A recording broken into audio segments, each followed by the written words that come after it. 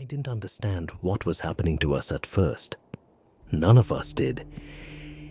At the time, it felt like the kind of strain any winter patrol carries after too many days in the cold. Men grew quieter. Sentences trailed off without finishing. Watches ended a few minutes early, not by order, but because no one checked the time closely anymore. Small things slipped, the kind that don't feel dangerous until you line them up later. It wasn't fear that made me notice. It was pattern. By the third night, I realized I had started counting heads more often than necessary. Not because anyone was missing, but because I needed to reassure myself that everyone was still where they were supposed to be. We stood in formation, ate together, slept close, and moved as one unit. Yet something in me kept waiting for the number to come up short. The first voice I heard wasn't loud. It didn't call out from the dark or echo through the trees. It came from close enough that I assumed it was one of the men beside me. It said my name once, clearly, in a familiar tone, then stopped. When I turned, no one had spoken. After that, it happened again. Different voices, familiar ones.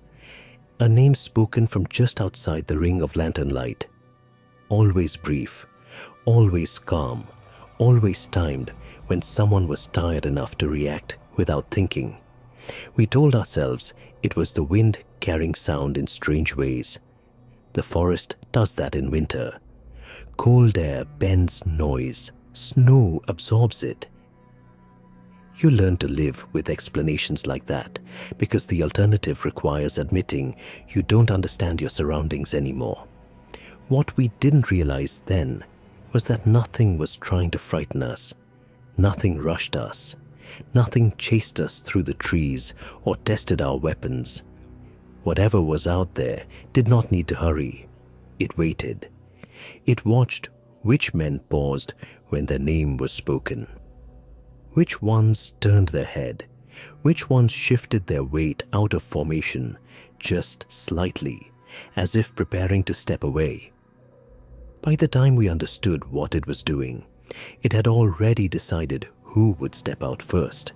Our winter post sat low against the tree line, a cluster of timber buildings pressed into the snow, as if trying to hide from the wind. The river beyond it was frozen solid, its surface dulled by weeks of drifting powder. Smoke from the chimneys never rose straight.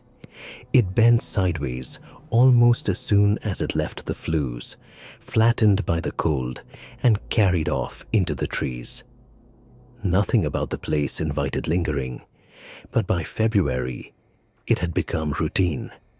Routine mattered in winter. The days followed a narrow pattern. Wood chopped at first light, horses checked and fed, rifles cleaned even if they hadn't been fired, meals measured carefully. Every movement cost energy, and energy was something we could not afford to waste. We were far enough north that relief patrols were rare, and close enough to the season's worst weather that no one expected surprises. That was the comfort of it. Nothing unexpected meant nothing dangerous. The orders came during the evening meal, read aloud in the mess room, with a lantern set in the middle of the table. 2 trappers working upriver had failed to return to their cabins before the deep cold set in. A third, a scout who traded along the same route, had not been seen since early January. Missing men in winter were not unusual. Sometimes the river ice gave way. Sometimes storms closed paths faster than expected. Most of the time, the explanation was simple and final. We were to travel north along the river, check the cabins marked on the map, and confirm whether anyone remained alive. 14 days of rations, no resupply, no reinforcement unless we failed to return on schedule. The captain made a point of that. If we didn't come back, another unit would not be sent blindly after us. The sergeant stepped forward first, as he always did. He was broad through the shoulders, already grey at the temples, and spoke only when there was reason to. Discipline came naturally to him. The scout followed, a quiet man who knew the river and the woods well enough to move through them without comment. He listened more than he spoke, and when he did speak, the sergeant paid attention. One of the younger soldiers volunteered next. He had only seen 2 winters this far north, and still carried a kind of alert energy, as if trying to prove he belonged. The rest of us filled in behind them. I added my name last, not out of confidence, but because staying idle in that post felt heavier than the march ahead. There was nothing dramatic about our preparation. We checked the sled runners, weighed the food, counted ammunition, and packed blankets thick enough to stiffen when folded. The rules were spoken aloud once, then left unstated because everyone already knew them. We stayed together. We followed the route. We did not improvise. Winter punished creativity. At first light, we moved out. The post faded behind us quickly, swallowed by trees and drifting snow. The path ahead narrowed into country the local men avoided after dark, not because it was forbidden, but because there was no reason to be there once the sun dropped. At the time, it felt like another routine patrol. That was the last moment it did. The march settled into us quickly. Snowshoes rose and fell in a steady cadence, the sound dull and controlled, never sharp enough to echo. Breath came in white bursts that crusted scarves and froze along the edges of collars. We moved until our legs burned, then rested only long enough for the horses to steady themselves before moving again. The cold punished pauses more than motion. The forest closed in as we pushed north. Spruce and pine crowded the trail so tightly that the sky became a narrow strip overhead. Sound behaved strangely there. A snapped branch might carry for a long distance, or vanish entirely, as if swallowed by the snow. Sometimes we could hear our own breathing louder than our footsteps. Other times, the world felt muted, like cotton packed around the ears. By the second day, we began passing stretches where animal sign thinned abruptly. Tracks of hare and fox would appear along the riverbank, then stop all at once, leaving long, clean sections of untouched snow. No drag marks, no signs of struggle, just absence. We noted it without discussion and kept moving. Winter did not leave room for speculation.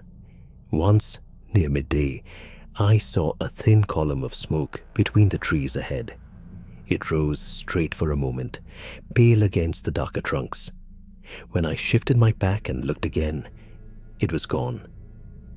I told myself it was a trick of light, the sun catching breath from one of the horses, or steam lifting off the river ice. I didn't mention it. There was no reason to slow the column for something that could not be confirmed. Later that afternoon, we crossed our own trail without meaning to. The scout stopped us with a raised hand and studied the snow carefully. The prints were ours, but the pattern felt wrong. The spacing between steps didn't match the pace we had been keeping. We stood there longer than necessary, each of us checking the surrounding trees without turning our heads too far. The sergeant ordered us forward. We did not question it. As the day wore on, small adjustments crept into our behavior. No one said anything about them. Men drifted closer together without instruction. Rifles were carried more often in the hands instead of slung. When someone stopped to tighten a strap or catch breath, another man paused with him instead of continuing alone. These were not conscious decisions. They happened the way muscles tighten before a fall. The cold deepened as the light thinned. Shadows stretched early and stayed long. We made camp before full dark, clearing snow and setting tents close together. The fire was kept low, just enough to warm hands and melt ice from tins. Conversation stayed practical. Distance covered, weather, the next day's route. When my turn came for watch, I stepped away from the fire and felt how quickly the warmth disappeared. The forest beyond the lantern light looked thicker than it had during the day. The trees stood close enough that the darkness between them felt solid. I kept my eyes moving, not searching for anything specific, just tracing outlines and listening. Time passed strangely on that watch. The cold made minutes stretch. Yet when the sergeant came to relieve me, it felt as if I had only just taken my position. I checked the watch without meaning to. Less time had passed than I expected. I didn't say anything. None of us did. We told ourselves it was the cold affecting our sense of time. That explanation was enough for then. But as I lay down and listened to the wind move through the trees, I noticed that no one slept deeply. Men shifted more than usual. Breath hitched and steadied. And when the next watch was called, it came sooner than it should have. The third night came with clearer skies and colder air. The fire burned low and tight, the flames barely lifting above the rim of the pit we had dug in the snow. Sparks rose and vanished before they could drift far. We ate in silence at first, passing tins and hard bread from hand to hand, listening to the small sounds of the forest settling around us. It was Lavoie who spoke, not to break the quiet, but as if continuing a thought that had already been there. He stared past the fire and said that trappers sometimes heard things in these woods during hard winters. Not animals, not men, just movement where nothing should be moving. No one answered him right away. The sergeant didn't look up from his meal. He chewed, swallowed, and waited. Lavoie went on, more carefully now. He said the men in the camps talked about something that followed at a distance, staying just out of sight.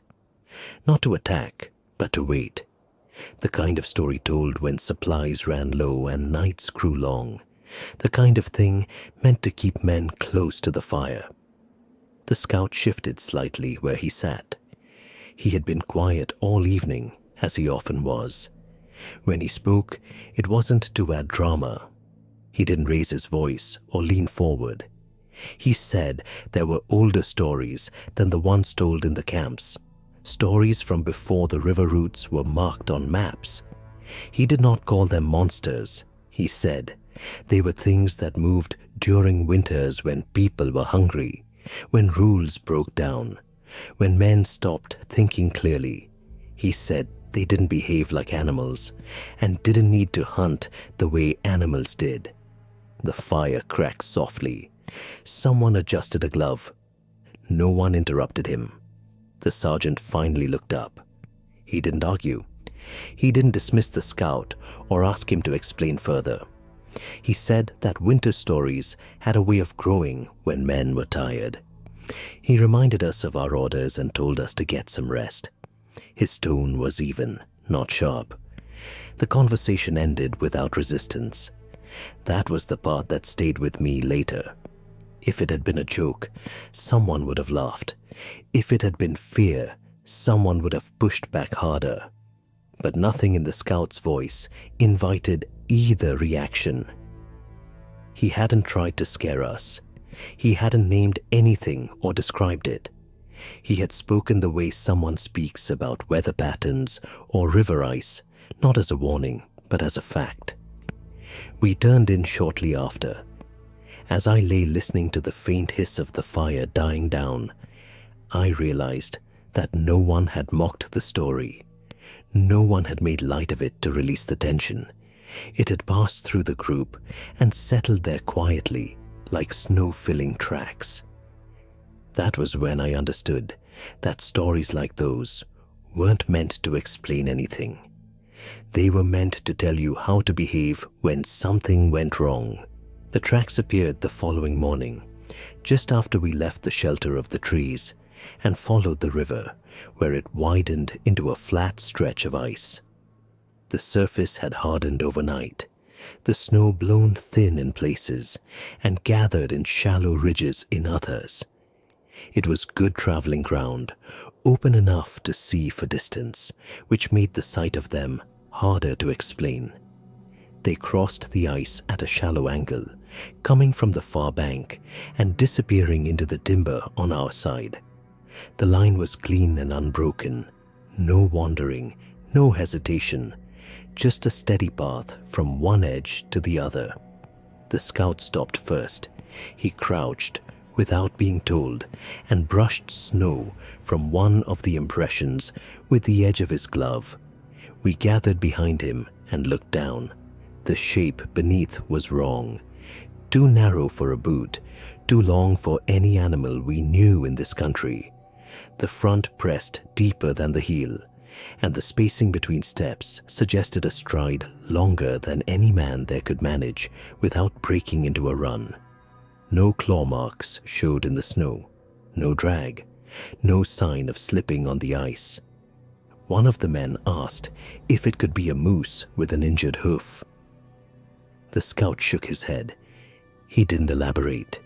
He simply stood and looked toward the trees where the tracks ended, his eyes narrowing slightly as if measuring distance.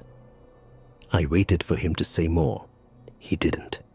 The sergeant gave the order to bring rifles into hand.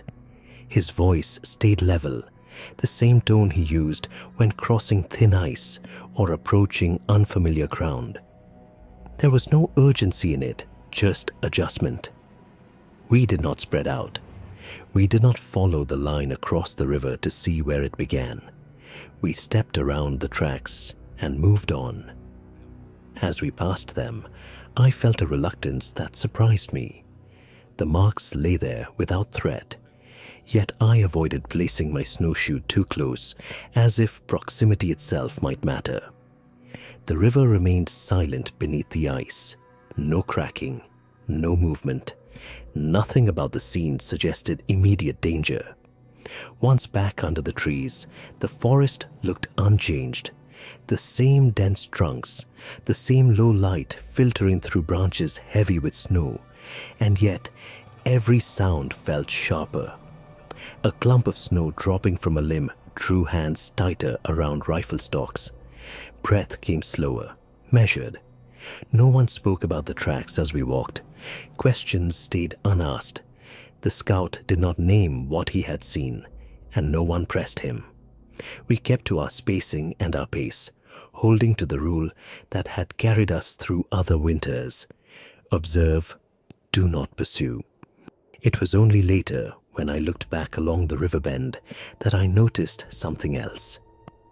From where we had stood, the ice had been smooth and open, offering clear sight lines in both directions. There was nowhere for a thing to step off unnoticed. And yet the tracks ended cleanly at the tree line, as if whatever made them had chosen the exact point where it no longer needed to be seen. We reached the first cabin late in the afternoon, set back from the river on a small rise where the snow lay deeper and less disturbed by wind. It was built low, logs darkened by age, the roof bowed slightly under the weight of winter. No smoke rose from the chimney. No fresh tracks marked the clearing around it. The place looked abandoned in the way winter claims things quickly and without ceremony. The door was the first sign that something had gone wrong.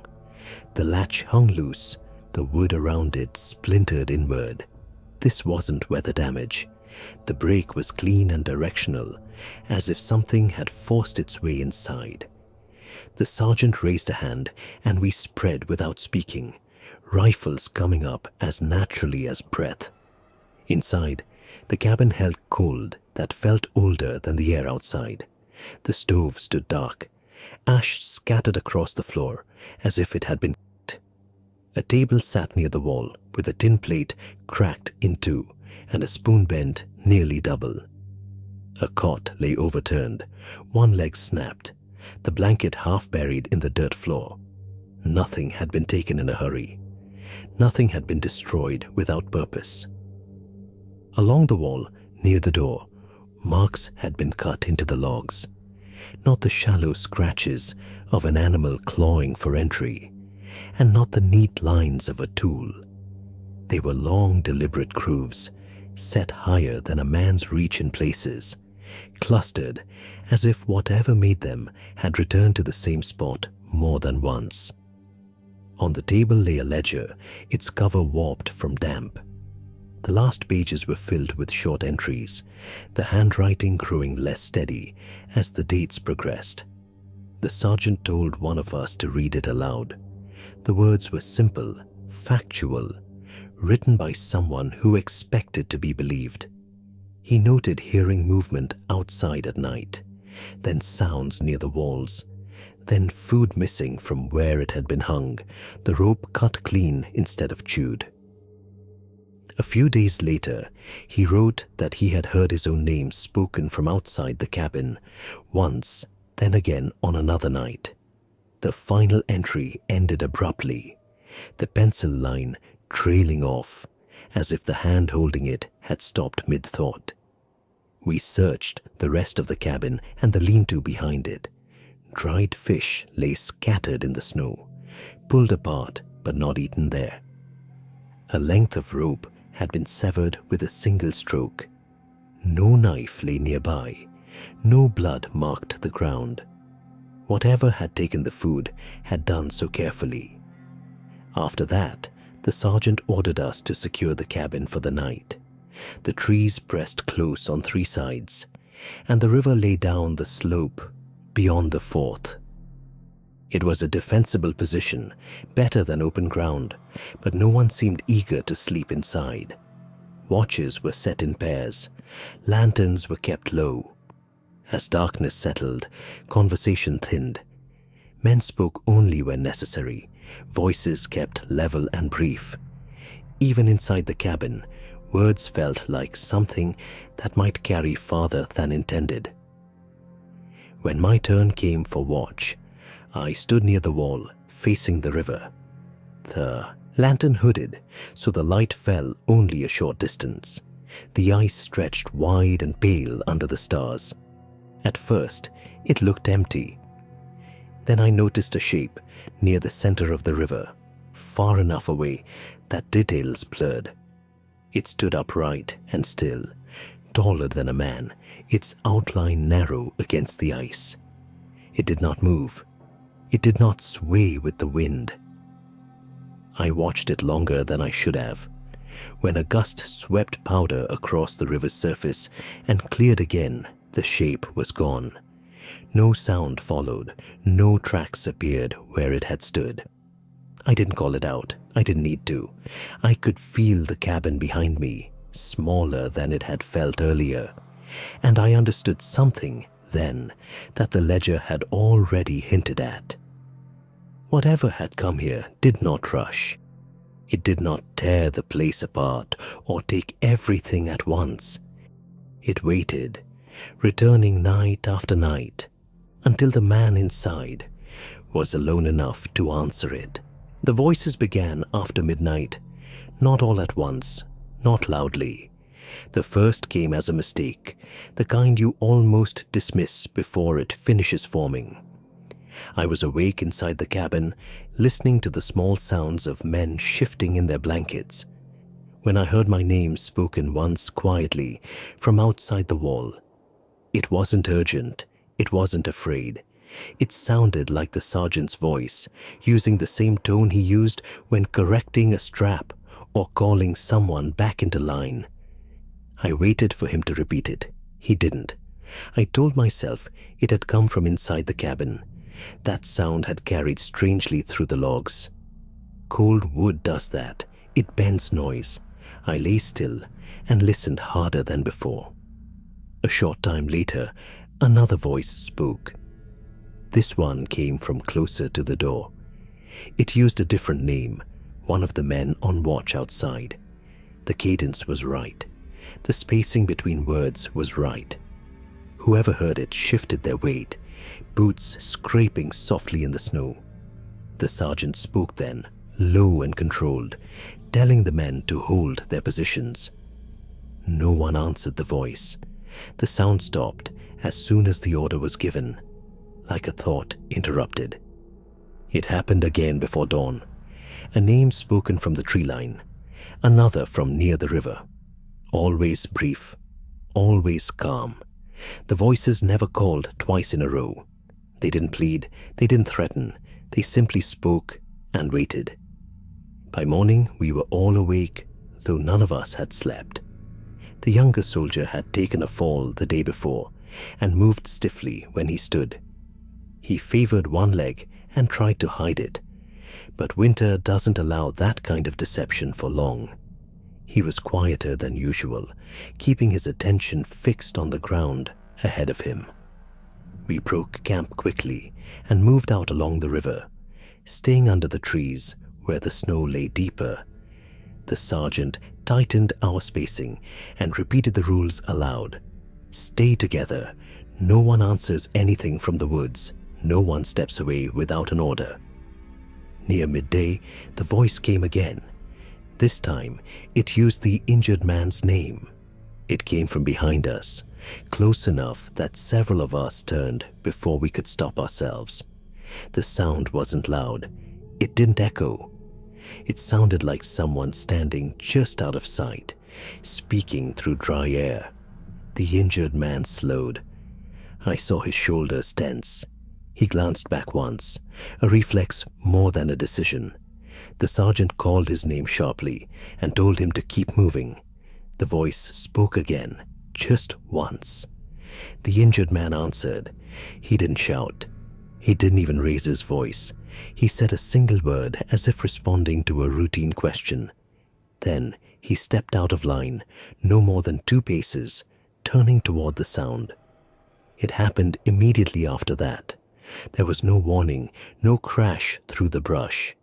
Something moved fast enough that I registered it only as a blur against the snow.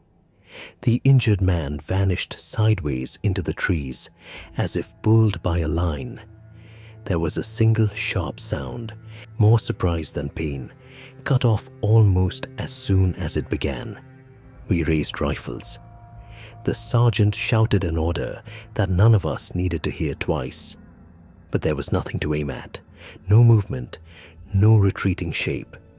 The forest closed again, as if it had never opened. We stood there, breathing hard, listening for something that didn't come back.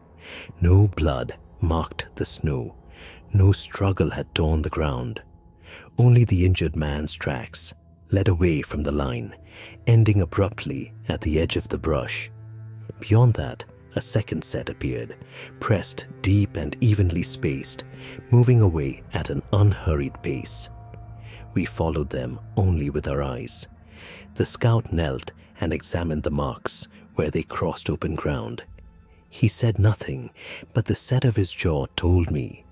What he saw confirmed whatever he had suspected since the river ice. The tracks didn't run. They didn't stagger or break stride.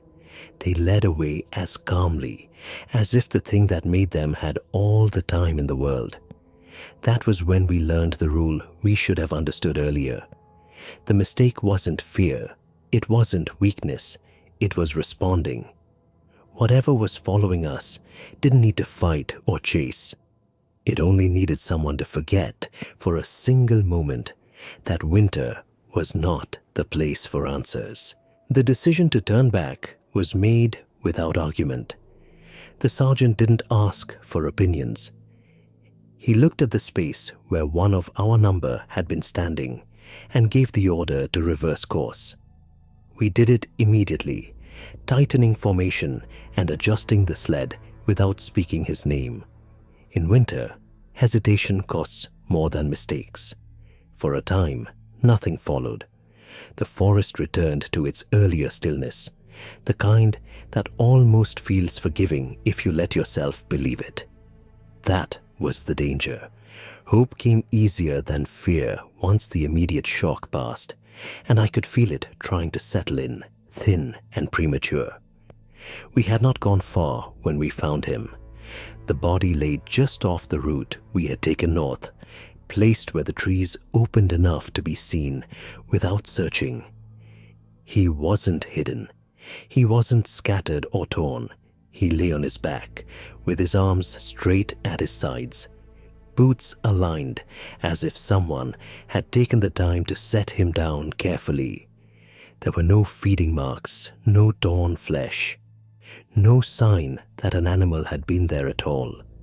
His coat was open at the chest, the fabric split cleanly, and beneath it the body had been opened with a precision that made my stomach tighten. Whatever had killed him had not done so out of hunger. It had done enough to make a point and then stopped. We stood in silence around him. No one knelt. No one touched the body. The scout studied the ground nearby and shook his head slightly. Only one set of unfamiliar tracks led in. Only one led out. They did not circle. They did not linger. The sergeant ordered us to move the body just far enough off the trail that it would not draw animals later. We covered him with branches and snow, not as a burial, but to remove the site. The act felt incomplete, and we all knew it. After that, the march changed. We no longer believed we were simply retreating. The realization settled in slowly, passing from man to man without being spoken. What followed us was not reacting to our movements. It was shaping them. It had chosen when to show itself and when to stay hidden. It had decided where we would find proof and where we would be left guessing. The rule became absolute. No one spoke unless necessary. No one looked back unless ordered. If a sound came from the trees, we ignored it. If something appeared at the edge of vision, we kept our eyes forward. Distance stopped meaning safety. Open ground no longer felt better than cover. Everything was equally exposed. That afternoon, the voice returned. It didn't use the injured man's name. It used the name of someone still walking among us. It came from ahead this time, faint but clear, as if carried on the wind. The tone was familiar enough that my mind recognized it before reason caught up. I felt my attention pull forward instinctively, like a hand closing around the back of my neck. The sergeant reacted immediately. He gave a sharp command to halt, and then another to keep eyes forward. No one answered the voice. No one stepped out. The sound stopped as abruptly as it had begun. We waited longer than necessary before moving again. That was when the understanding settled fully in my chest. The thing following us was not trying to separate us through force. It was testing responses, measuring restraint, applying pressure in small, precise ways to see what held and what gave. It knew we had turned back. It knew where we were going, and it was not concerned. As we moved south, I began to sense it less as a presence behind us and more as something positioned around us, close enough to intervene whenever it chose. The forest no longer felt like a backdrop. It felt like a controlled space.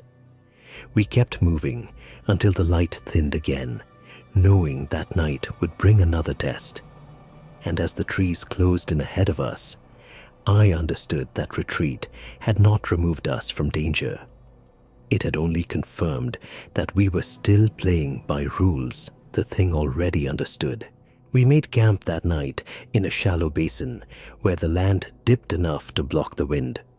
Rock rose on two sides, and the river curved behind us, its ice hidden beneath a thin layer of drifting snow.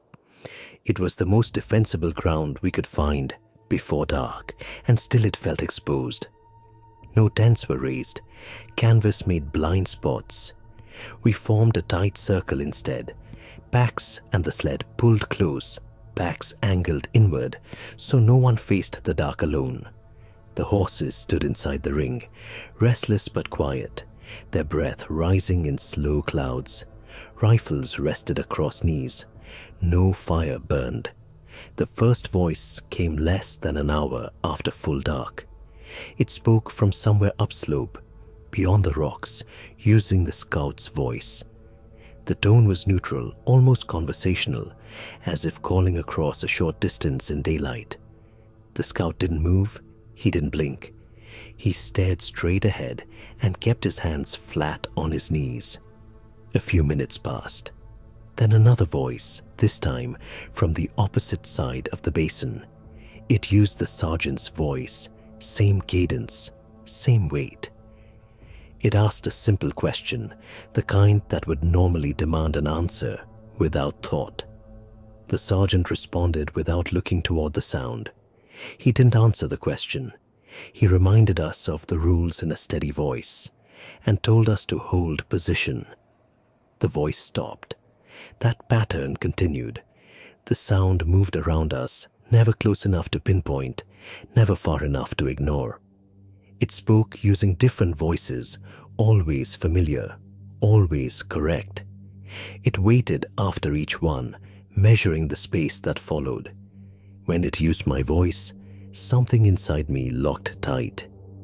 I heard myself speak from the darkness behind me, calm and precise, saying my name the way I did when checking a roster. The sound felt wrong in a way I don't have words for.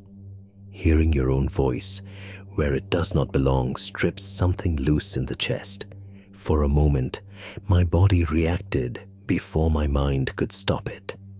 I felt the urge to turn, to correct the mistake, to reclaim the sound. I didn't move. Instead, I focused on the weight of the rifle across my legs and the presence of the men beside me. The voice didn't repeat itself. It didn't need to. Not long after that, something struck the snow just outside the circle. A small stone, thrown with enough force to bounce once and stop. Then another, landing farther away, aimed to draw the eye in a different direction. They weren't meant to injure. They were meant to provoke adjustment. One of the men shifted his position without meaning to, leaning forward slightly as if to see better. The sergeant's hand closed on his sleeve, firm but controlled, pulling him back into place. No words were spoken. Hours passed like that, tension tightening and easing in waves. Cold crept deeper into joints. Muscles cramped, breath burned. Fatigue pressed at the edges of thought, making simple things feel distant and complicated. It was near dawn when the final test came. The sky had begun to lighten, just enough to thin the darkness. That dangerous moment when night feels as if it is loosening its grip. The basin held a faint blue instead of black. The idea of morning, of movement, of reaching known ground again crept in without permission. That was when the voice spoke again, close this time, using the voice of the youngest man among us. It sounded tired, relieved. It said we were almost there. The man inhaled sharply. His shoulders lifted. I saw the shift in him before he made it. That small internal release that comes when someone believes the worst has passed. He leaned forward just enough to break the circle. Something moved immediately. There was no charge, no scramble through brush.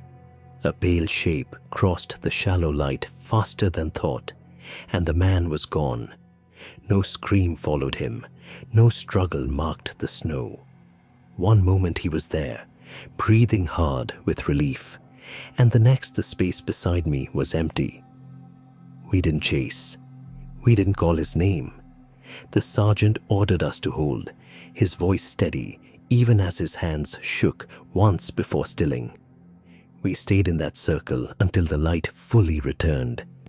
When dawn came, we saw the marks clearly. A short break in the ring where the man had leaned forward. One clean set of long tracks leading away, already softening at the edges as fresh snow fell. It hadn't taken him in fear. It had waited for hope. We reached the post 2 days later, moving without pause, except to keep the horses on their feet.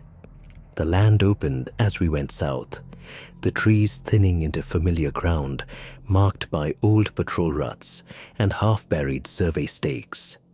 Smoke appeared in the distance, steady and human, rising from chimneys that belonged to people who expected to see it every day. The gate opened when we called out. Men stepped forward to take the horses and help with the sled, their questions overlapping before they noticed how few of us there were. No one pressed us for explanations right away. The cold had stripped something from our faces that made them wait. Inside, we were given hot food and dry blankets. Hands were shaken. Names were checked against the roster and checked again. The missing were noted in ink, not spoken aloud. When the officers asked what had happened, the sergeant gave a brief account. Trappers not found alive, severe winter conditions, exposure. He did not embellish. He did not argue when the words were written down exactly that way. They offered to take statements later when we had rested. None of us accepted. Not because we wanted to forget, but because there was no place in a report for voices that used the right names or tracks that stopped where visibility was best. The army had its explanations, and winter already provided them. We were dismissed from duty for the remainder of the season. The patrol route was quietly closed. No small detachments were sent north again, without company strength and repeat markers along the trail. Officially, nothing had changed. For us, everything had. Sleep did not come easily after that. When it did, it broke apart into short stretches filled with the sound of someone speaking from just outside the room. I woke more than once, convinced I had heard my name spoken in a familiar tone, only to find the barracks still and dark. The others admitted to the same thing in time, though none of us spoke of it often. Years later, I still measure silence differently. When someone calls my name from another room, I wait to see their face before answering. I do not step toward a voice I cannot place. Those habits never left me. We survived that patrol because we learned to stop reacting. We stayed together. We held our positions. We refused to answer. Not because whatever followed us disappeared, but because it no longer needed us to respond. We survived because we stopped responding, not because it left. I don't believe it stopped following us, only that it no longer needed to.